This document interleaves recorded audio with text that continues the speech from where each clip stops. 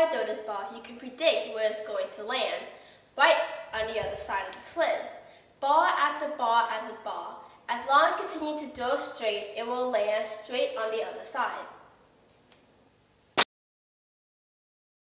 But once you change from the macroscopic world to the microscopic world, things get strange.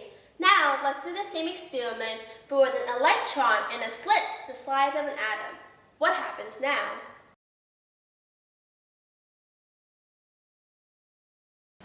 Whoa! How is it that when the slit gets smaller, the band gets wider? Let's take a closer look. Based off of our observation, the more accurately we try to pinpoint the location of the electron, in this case the x direction, the velocity, which previously only had a vertical component, somehow gained a horizontal component as it passed through the slit, making the velocity less accurate.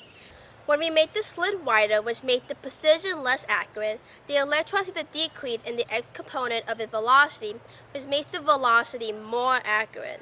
Yeah, Mr. White.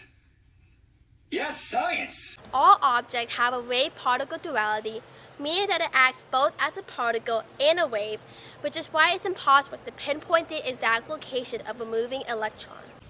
We can sum up our findings into a nice equation known as the Heisenberg uncertainty principle. Heisenberg? No, not Walter White from Breaking Bad, the real Heisenberg, Werner Heisenberg. In mathematical terms, the uncertainty of the precision times the uncertainty of the momentum, and momentum is just mass times velocity, is always larger or equal to h, which is Planck's constant, over 4 pi.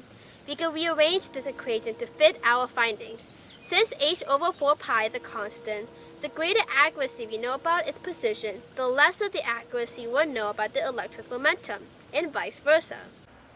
Want to find the range of the electron's velocity?